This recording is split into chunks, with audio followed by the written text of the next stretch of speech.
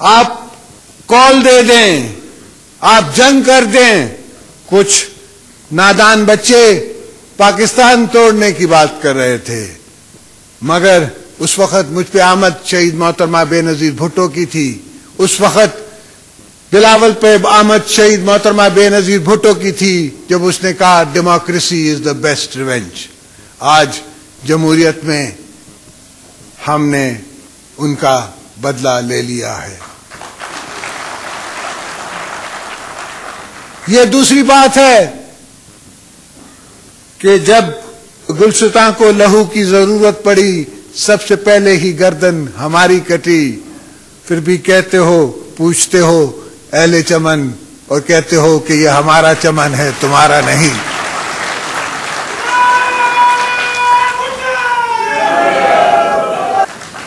تو وہ یہ نہیں سمجھتے کہ یہ جسے جیل سمجھتے ہیں اسے ہم یونیورسٹی سمجھتے ہیں. وہ یہ نہیں جانتے کہ وہاں بیٹھ کے ہم نے 8 سال کی تپسیا میں ہم نے سہنا سیکھا.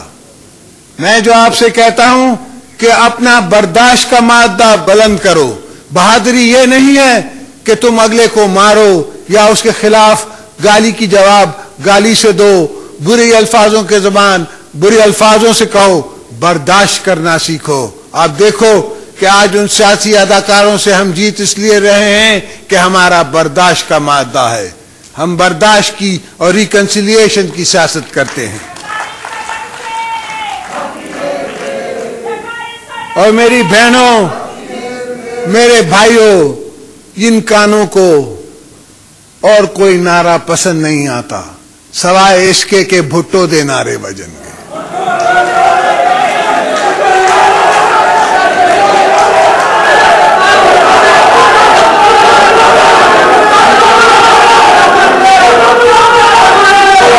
بھٹو دے نعرے وجن گے تو پیٹو سارے نسن گے.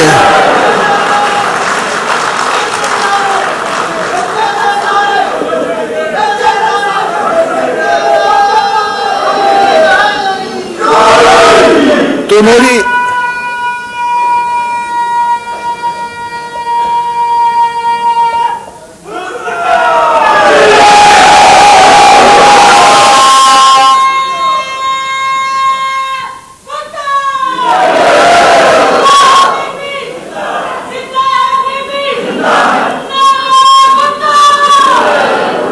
الحمدللہ ہم نے ان نادان دوستوں کی نہیں سنی جو کچھ ہم میں سے تھے، کچھ کسی اور سیاسی پارٹیوں سے تھے، اور ہمیں کہا انہوں نے کہ پھر جدوں تسی الیکشن دا بائیکاٹ نہیں کر دے تو سانو بھی آواز مار دیا ہے. تو ہم نے ان کو بھی آواز دے دی. الحمدللہ آج ان کے ساتھ بھی ہم سیاست میں ساتھ چل رہے ہیں، اور یہ وقت بتائے گا کہ ہمارا فیصلہ صحیح ہے یا غلط ہے. میرا ایک بڑا سونا لیڈر ہے، اس کا نام بھی سونا ہے، پنجاب سے. وہ بھی میرے پاس شروع میں ایک دن آیا اور کہنے لگا کہ زرداری صاحب تہاڈی سیاست مینوں سمجھ نہیں آندی. اسی انہاں دے نال چلیں گے ٹریں گے، 4 سال دے بعد پھر کی کہاں گے کہ انہاں نے کی کیتا. میں نے کہا تانوں کہن دی لوڑ نہیں، لوگی آپ ہی کہیں گے، لوگ آپ ہی کہیں گے. بھٹو کی شہادت دینے کے لیے میری ضرورت نہیں ہے. وہ گڑی خدا بخش اس کی شہادت دے رہا ہے جہاں آج بھی مجمع ہے، جہاں 24 گھنٹے آج بھی قرآن پڑھا جا رہا ہے، جہاں عورتیں آج بھی باس باندھ رہی ہیں بی بی کے پاس جا کے. یہ قلندروں کو یا کسی یا پیروں کو یا فقیروں کو یہ مقام ملتا ہے تو وہ بھی ایک سیاسی پیر تھی، ان کی کو یہ مقام اللہ نے دیا ہے.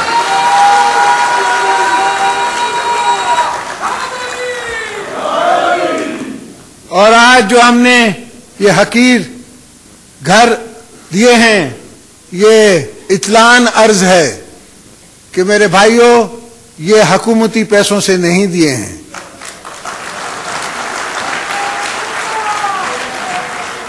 یہ ایک پنڈی کے دوست ہیں جن کا نام وہ نہیں چاہتے کہ لیا جائے، کہ ان کی مہربانی ہے، وہ الحمدللہ اپنے طرف سے ان کو بھی اللہ نے ایمان دیا ہوا ہے۔ اس وقت گڑھی خدا بخش میں بھی بی بی کے نام پہ لنگر چلتا ہے جو کہ وہ چلا رہے ہیں، اور انہی نے یہ گھر لیے ہیں۔ میرے ورکروں سے یہ درخواست ہے کہ یہ بڑے قیمتی ہیں، انہیں بیچیے گا نہیں۔ بھٹو صاحب نے، بی بی صاحبہ نے بہتوں کو نوازا، کچھ کو تو الحمدللہ نوازا بھی ہے، وہ ان کے دیے ہوئے فارم ہاؤسوں میں رہتے ہوئے ان کی اولاد کی اور ان کی امانت کی مخالفت بھی کرتے ہیں۔ بہرحال یہ ان کا کردار ہے، اور تاریخ ان کو بھی دیکھ رہی ہے اور ہمیں بھی دیکھ رہی ہے۔ ہم نے ہمیشہ کہا کہ شہید ذوالفقار علی بھٹو کہتے تھے کہ میں تاریخ کا طالب علم ہوں، اور اگر ہم سب شہید ذوالفقار علی بھٹو کے اور شہید موت، تو ہم نے تاریخ میں زندہ رہنا ہے۔ ان کو زندہ رہنے دو، کل کی اخبار کی سرخیوں میں۔ ہم نے تاریخ میں اپنا مقام بنانا ہے۔ تاریخ میں جو مقام رہے گا وہ شہید ذوالفقار علی بھٹو کا رہے گا، شہید محترمہ بے نظیر بھٹو کا رہے گا، اور ہو سکتا ہے کہیں نیچے ہمارا بھی ذکر آ جائے، یہ ہو سکتا ہے۔ دام صرف بھٹو کا رہے گا، سمجھے؟ تو اس لیے میں دوستوں سے اور خاص کر کے اپنی جوان نسل سے دوبارہ یہ درخواست کرتا ہوں کہ یہ بڑا مغرور نعرہ ہے، ایک زرداری سب پہ بھاری۔ یہ مغروری جو ہے وہ فقیروں کو، پیپلز پارٹی کے ورکروں کو، یہ ہمیں زیب نہیں دیتی۔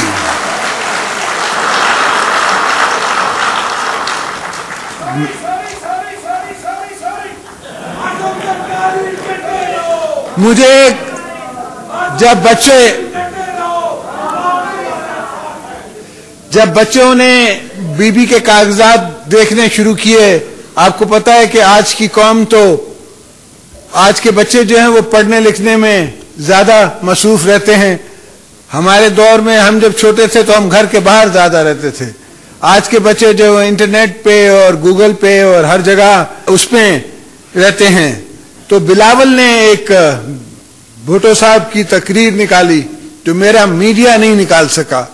اس نے اس تقریر میں سے وہ الفاظ نکالے اور ہماری میڈیا ٹیم کو بھیجے جو ہم نے، میرے خیال ہے پچھلے سال 27 کو یا بھٹو صاحب کی برسی پہ، مجھے یاد نہیں ہے، ہم نے وہ ان کی تقریر چلائی جس میں شہید ذوالفقار علی بھٹو کہہ رہے ہیں چاہے تم میرے مرتضیٰ کو شہید کر دو، چاہے تم میرے شاہ نواز کو شہید کر دو، چاہے تم میری بے نظیر کو شہید کر دو، میں نہیں مڑوں گا۔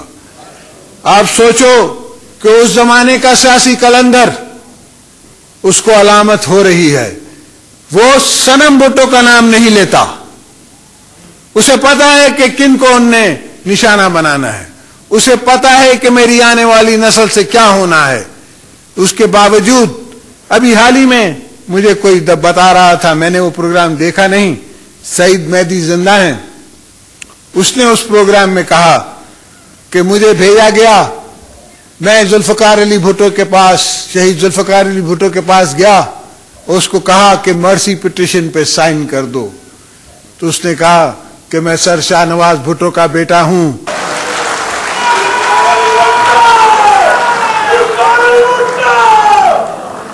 جب بھی آپ دوستوں سے ملاقات ہوتی ہے تو دل کی گہرائیوں سے وہ باتیں نکلتی ہیں جو ورنہ میری سوچ میں نہیں آتی۔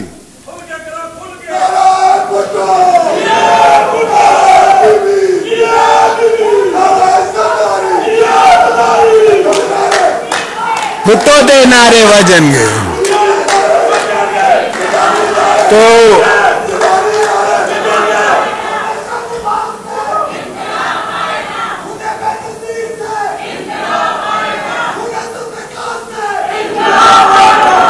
دوستوں، وہ باتیں، وہ چیزیں میرے پاس ایسے ایسے باتیں ہیں، ایسے ایسے خزانے ہیں جو کبھی میں قلم بند کروں گا اگر زندگی نے موقع دیا۔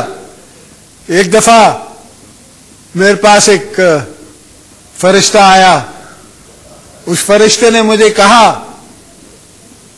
مخدوم صاحب بھی میرے ساتھ تھے، تو فرشتے نے مجھے کہا کہ جی وہ بی بی آپ کی بات تو بہت مانیں گی۔ میں نے کہا بھائی کیوں مانیں گی؟ تو کہا نہیں آپ نے تو ان کے لیے، تب میرے خیال ہے 6 سال ہوئے تھے یا 7 سال ہوئے تھے میری قید کو، آپ نے ان کے لیے اتنی جیل کاٹی ہے۔ میں نے کہا آپ کو یہ کس نے کہہ دیا کہ میں نے ان کے لیے جیل کاٹی ہے؟ تو کہا نہیں آپ نے ان کے لیے جیل نہیں کاٹی۔ میں نے کہا نہیں میں نے ان کے لیے جیل نہیں کاٹی، پیپلز پارٹی کے جیالے اپنی غیرت پہ جیل کاٹتے ہیں۔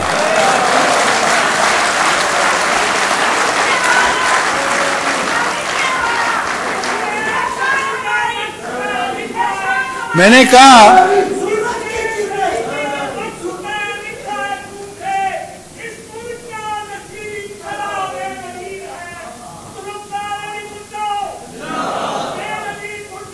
زندہ باد۔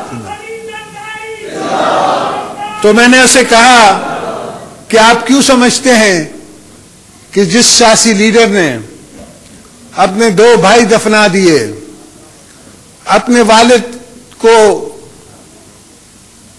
شہید ہوتے ہوئے پھانسی چڑھتے ہوئے دیکھا اور وہ نہیں مانی، وہ مجھے پھانسی دے دو گے یا مجھے جیلوں میں رکھو گے تو مان جائے گی؟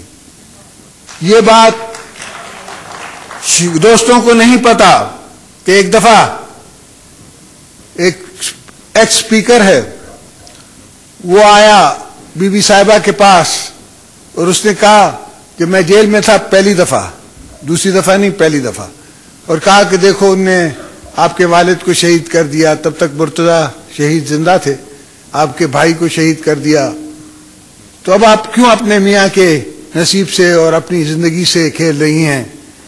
تو مجھے بی بی کا جواب یاد ہے